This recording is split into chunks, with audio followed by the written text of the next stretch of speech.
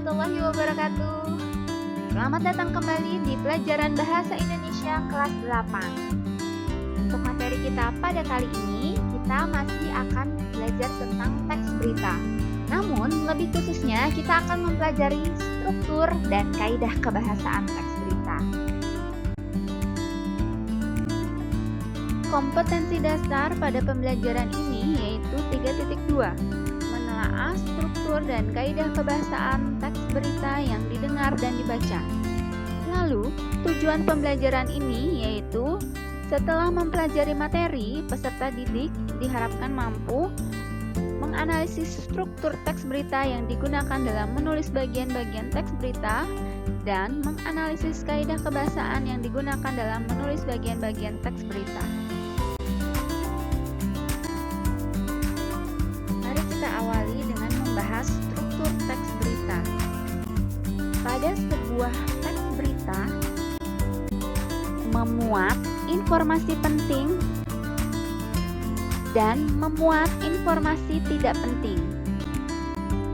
Di dalam informasi penting itu terdapat pokok-pokok informasi atau kita biasa kenal dengan unsur-unsur berita yaitu adik simbol.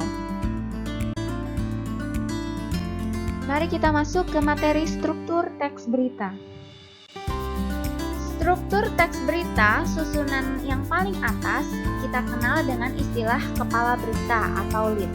Selanjutnya di bawahnya itu ada tubuh berita dan yang paling bawah itu ada ekor berita. Nah, untuk bentuk penulisan isinya itu seperti piramida terbalik. Artinya yang paling atas itu memuat informasi penting yang paling banyak dan jika merujuk ke bawah, maka isi beritanya tidak terlalu penting. Pada kepala berita dan tubuh berita, isinya memuat informasi penting yang menjawab pertanyaan dari adik simbol. Sedangkan untuk ekor berita, itu isinya memuat informasi yang tidak terlalu penting atau tidak terlalu berhubungan dengan judul teks.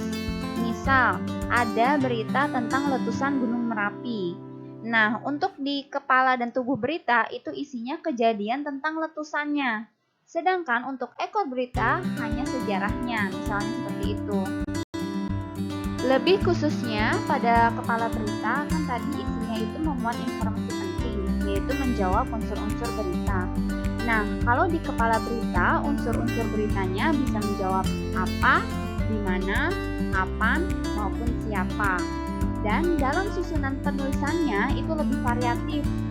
Artinya, dalam penulisannya itu bisa menjawab apa terlebih dahulu, atau bisa menjawab di mana terlebih dahulu, atau juga bisa menjawab kapan terlebih dahulu, atau menjawab siapa terlebih dahulu. Jadi tidak harus urut ya. Sedangkan untuk tubuh berita itu memuat unsur beritanya dengan menjawab bagaimana ataupun mengapa. Sampai di sini paham ya tentang struktur teks berita. Materi yang akan kita bahas selanjutnya yaitu kaidah kebahasaan teks berita. Kaidah kebahasaan teks berita itu ada 6. Yang pertama, teks berita harus menggunakan bahasa yang baku. Yang kedua, teks berita menggunakan kalimat langsung untuk mengutip pernyataan dari narasumber. Yang ketiga, teks berita menggunakan konjungsi atau kata penghubung bahwa. Yang keempat, teks berita menggunakan kata atau kalimat keterangan waktu. Yang kelima, teks berita menggunakan konjungsi temporal dan kronologis. Serta yang keenam atau yang terakhir, teks berita menggunakan kata kerja mental. Kita bahas satu persatu dulu ya. Kita mulai dari kaidah kebahasaan bahasa baku. Jadi, teks berita itu harus menggunakan bahasa baku. Maksudnya, teks berita itu harus menggunakan bahasa resmi atau bahasa formal yang kata-katanya sesuai dengan Kamus Besar Bahasa Indonesia atau biasa kita sebut dengan KBBI. Dan ejaannya pun harus berpedoman pada PUEB atau Pedoman Umum Ejaan Bahasa Indonesia. Namun, ada pengecualiannya nih. Untuk di teks berita kan ada juga penulisan kutipan. Nah, jadi penulisan kutipan itu boleh menggunakan bahasa yang tidak baku ya. Kenapa? Karena tidak semua narasumber menggunakan bahasa baku. Ingat ya, ketika diwawancarai, tidak semua narasumber berbicara bahasa baku, sehingga diperbolehkan untuk menulis dengan bahasa yang tidak baku. Tapi ini khusus untuk kutipannya saja ya. Selainnya, semuanya itu harus menggunakan bahasa baku. Contoh kalimatnya, di situ kalian bisa melihat atau membaca ada dua kalimat ya. Yang kalimat atas berbunyi tidak terjadi letusan di Gunung Slamet. Sedangkan kalimat yang bawah itu berbunyi enggak terjadi letusan di Gunung Slamet. Dari kedua kalimat tersebut, yang menggunakan bahasa baku adalah kalimat yang atas. Kenapa? Karena pada kalimat yang atas, kata tidak yang penulisannya saya tebalkan itu adalah kata yang baku. Sedangkan kata enggak bukan kata baku. Jadi penulisannya yang benar itu adalah kalimat yang atas. Sampai di sini paham ya untuk pembahasan bahasa baku? Selanjutnya, yang kedua, kaidah kebahasaan teks berita yaitu kalimat langsung. Tujuannya untuk apa sih kalimat langsung itu? Yaitu untuk mengutip pernyataan dari narasumber. Nah, pada kelas 7 kan kalian sudah mempelajari kalimat langsung ya, atau mempelajari penggunaan kalimat langsung. Di mana ciri kalimat langsung itu yaitu diapit oleh tanda petik 2 yang terletak sebagai pembuka dan penutup kalimat petikannya. Penulisannya yaitu pada tanda petik pembuka ditulis di awal kalimat, sedangkan tanda petik penutup ditulis setelah tanda baca yang mengakhiri kalimat petikan. Dan tanda bacanya bisa berupa tanda tanya, koma, maupun tanda seru. Baru selanjutnya diakhiri dengan kalimat petikan.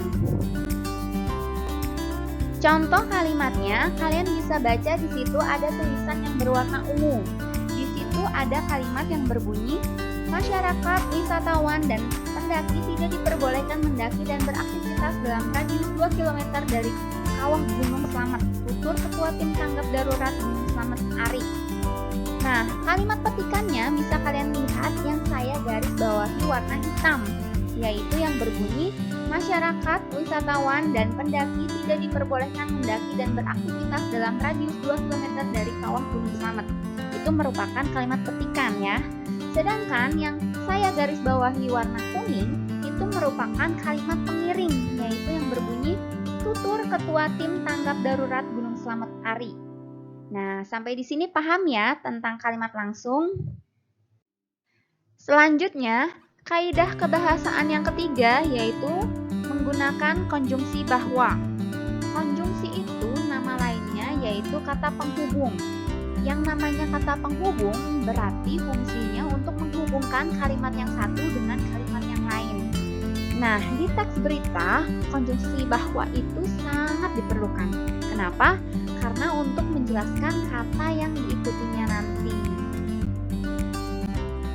Contoh kalimatnya, kalian bisa membaca di situ ada tulisan yang berwarna hijau. Di situ ada kalimat yang berbunyi, Ari mengatakan bahwa masyarakat, wisatawan, dan pendaki tidak diperbolehkan mendaki dan beraktivitas. Nah, di situ ada kata bahwa yang sudah saya tebalkan penulisannya. Jadi, kata bahwa dalam kalimat ini bertujuan untuk menjelaskan perkataannya si Ari. Nah, sampai di sini paham ya untuk penjelasan konjungsi bahwa. Selanjutnya, kaidah kebahasaan yang keempat yaitu teks berita harus menggunakan keterangan waktu. Keterangan waktu ini berfungsi untuk menunjukkan kapan peristiwa itu terjadi. Nah, berarti untuk menjawab kapannya bisa berupa tanggal, hari, maupun jam. Contoh kalimatnya yaitu yang penulisannya berwarna hitam. Di situ ada kalimat yang berbunyi, sekitar pukul 12.45 kebakaran itu terjadi. Nah, dari kalimat itu berarti menjelaskan kapan peristiwa itu terjadi. Ya, berarti jawabannya pukul 12.45. Nah, sampai di sini paham ya untuk penjelasan keterangan waktu. Selanjutnya, kaidah kebahasaan yang kelima yaitu konjungsi temporal dan kronologis. Mengapa harus menggunakan konjungsi temporal dan kronologis? Karena hal ini terkait dengan pola penyajian teks berita yang umumnya mengikuti pola kronologis atau urutan kejadian. Contoh konjungsi temporal dan kronologis ada macam-macam ya. Beberapa di antaranya ada kata kemudian, sejak, setelah itu, awalnya, dan akhirnya. Contoh kalimat yang menggunakan konjungsi temporal dan kronologis, kalian bisa baca pada tulisan yang berwarna oranye. Di situ ada kalimat yang berbunyi, kebakaran itu terjadi pada pukul 12.45, namun tak lama kemudian tim pemadam kebakaran datang. Nah, di situ ada kata kemudian yang penulisannya saya tebalkan. Nah, kata kemudian tersebut itu menunjukkan urutan kejadiannya. Jadi, pada kalimat teks berita tersebut, urutan kejadian peristiwa yang pertama yaitu tentang waktu kebakaran itu terjadi, yaitu pukul 12.45. Dan kejadian kedua itu tentang pemadam kebakaran datang. Nah, untuk menghubungkan kejadian satu dan kejadian kedua, maka ditulislah kata kemudian. Seperti itu ya untuk penjelasan konjungsi temporal dan kronologisnya. Selanjutnya, kaidah kebahasaan yang keenam atau yang terakhir yaitu kata kerja mental. Maksudnya apa sih kata kerja mental itu? Nah, kata kerja mental itu adalah kata-kata yang terkait dari hasil kegiatan pemikiran. Kata kerja mental atau kata-kata hasil pemikiran itu contohnya bermacam-macam. Misalnya seperti memikirkan, mengatakan, berasumsi, berpendapat, berkesimpulan, menyimpulkan, dan lain-lain. Contoh kalimatnya yaitu kalian bisa baca kalimat yang berwarna biru ya. Di situ ada kalimat yang berbunyi, Ari mengatakan bahwa masyarakat, wisatawan, dan pendaki tidak diperbolehkan mendaki dan beraktivitas. Nah, kata mengatakan yang saya tebalkan penulisannya itu berarti menunjukkan hasil dari pemikirannya si Ari. Seperti itu ya. Nah, sampai di sini sudah paham ya tentang kata kerja mental. Nah, itulah tadi pembahasan tentang kaidah kebahasaan teks berita. Jadi, kaidah kebahasaan teks berita itu ada 6 ya.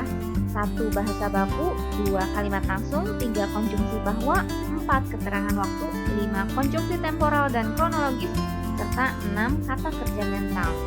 Sampai di sini semoga kalian paham memahami kaidah kebahasaan teks berita.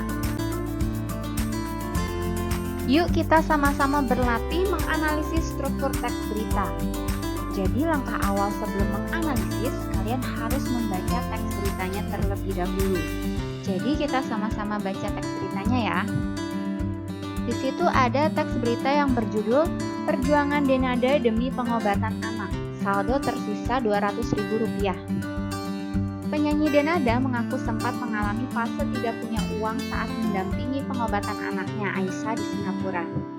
Dia menyebut saat itu uang tabungannya hanya tersisa sekitar Rp200.000 saja. Pernah saldo di ATM-ku hanya Rp200.000, kata Denada dalam vlog di akun YouTube miliknya, Senin 20 bulan 7. Selain lantaran biaya pengobatan, pelantun Sambutlah itu tidak punya tabungan lantaran minimnya pemasukan selama pandemi virus corona atau COVID-19. Akan tetapi, Denada enggan memberitahu putrinya agar tidak membuatnya khawatir dalam menjalani proses pemulihan penyakit leukemia. Aku enggak mau dia khawatir, ujarnya. Denada terpaksa menjual rumah demi memenuhi kebutuhan dan biaya pengobatan Aisyah. Sejauh ini, dirinya optimis semua cobaan tersebut bisa dilalui karena bantuan Sang Pencipta. Aku bersyukur masih ada sesuatu yang bisa dijadikan uang. Ceritanya seperti ini, jalan juga sebegini. Tetapi Allah nggak mungkin meninggalkan tanpa memberi pertolongan, nyinggung Denada. Setelah membaca, lalu kita mulai untuk menganalisisnya. Kita harus menemukan adik simbanya terlebih dahulu ya. Kemudian kita buat kotak atau tabel seperti gambar yang ada di bawah. Di kotak yang pertama itu ada judul berita. Nah, kalian tulis di sampingnya itu judul beritanya apa. Kemudian kita isi bagian yang kosongnya yaitu pada menu paragraf keberapa dan paparan isinya. Kita mulai dari mengisi judul berita. Jadi, judul berita teks berita ini apa? Jawabannya yaitu Perjuangan Denada Demi Pengobatan Anak. Saldo tersisa Rp200.000. Itu adalah judul beritanya. Untuk bagian kepala berita, itu terdapat di paragraf keberapa? Ayo. Jawabannya yaitu di paragraf ke-1 dan kedua. Nah, paparan isinya apa? Yaitu jawaban dari apa, di mana, kapan, dan siapa ya. Nah, untuk jawaban apa, itu perjuangan Denada mendapatkan uang. Lalu, jawaban di mana? Di Singapura. Lalu, jawaban kapan? Senin, tanggal 20 bulan 7. Lalu, jawaban siapa? Yaitu Denada dan Aisyah. Selanjutnya, untuk tubuh berita, ada di paragraf keberapa? Ayo. Jawabannya yaitu di paragraf ke-4 dan ke-5. Lalu paparan isinya apa? Paparan isinya yaitu menjawab dari pertanyaan mengapa dan bagaimana. Nah, mengapa jawabannya yaitu untuk memenuhi kebutuhan dan pengobatan Aisyah. Sedangkan jawaban bagaimana yaitu dengan cara menjual rumahnya. Dan yang terakhir, untuk ekor berita ada di paragraf keberapa? Ayo. Jawabannya yaitu di paragraf ke-6. Nah, lalu paparan isinya apa? Yaitu hanya menceritakan rasa syukur Denada terhadap apa yang diberikan Allah untuknya. Nah, begitulah tadi penjelasan tentang cara menganalisis struktur teks berita. Jadi, jika kalian disuruh untuk menganalisis struktur teks berita, kalian bisa menjawabnya dengan benar. Selanjutnya, kita akan menganalisis kaidah kebahasaan teks berita. Nah, sebelum kita menganalisis kaidah kebahasaan teks berita, kita juga harus membaca teks beritanya terlebih dahulu ya. Tapi, karena kita sebelumnya sudah membaca, karena ini teksnya sama, jadi kita langsung saja membuat tabel seperti contoh yang ada di bawah ini. Nah, di bagian kiri tabel itu kalian sebutkan ke-6 kaidah kebahasaan teks berita ya, yaitu ada kebakuan bahasa, kalimat langsung, konjungsi bahwa, konjungsi temporal atau kronologis ya, terus keterangan waktu dan kata kerja mental. Kemudian kalian cari ke-6 kaidah kebahasaan tersebut, lalu kalian tulis di kolom contohnya. Kaidah kebahasaan yang pertama yaitu kebakuan bahasa. Di dalam teks berita tersebut, kebakuan bahasanya itu ada di paragraf yang pertama, yaitu kalimatnya berbunyi, penyanyi Denada mengaku sempat mengalami fase tidak punya uang saat mendampingi pengobatan anaknya Aisyah di Singapura. Itu merupakan salah satu kalimat baku yang ada di teks berita tersebut. Untuk kalimat langsung, itu ada di kalimat aku nggak mau dia khawatir, ujarnya. Itu di paragraf ke-4 ya. Selanjutnya, untuk konjungsi bahwa di dalam teks berita tersebut itu tidak ada ya. Seharusnya ada konjungsi bahwa. Idealnya itu kita bisa masukkan ke kata di paragraf ke-1 ya, setelah kata mengaku. Jadi di situ ada kalimat penyanyi Denada mengaku bahwa sempat mengalami fase tidak punya uang saat mendampingi pengobatan anaknya. Nah, itu harusnya bahwanya itu ada, letaknya ada di situ ya. Kemudian untuk contoh konjungsi temporal dan kronologis juga tidak ada ya di teks berita tersebut. Untuk keterangan waktu ini ada ya.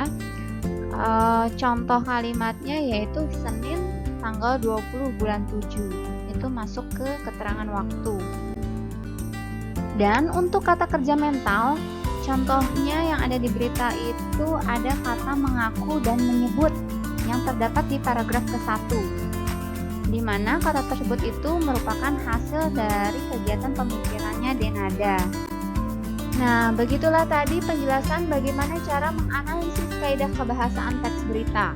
Semoga kalian memahami apa yang dijelaskan tadi.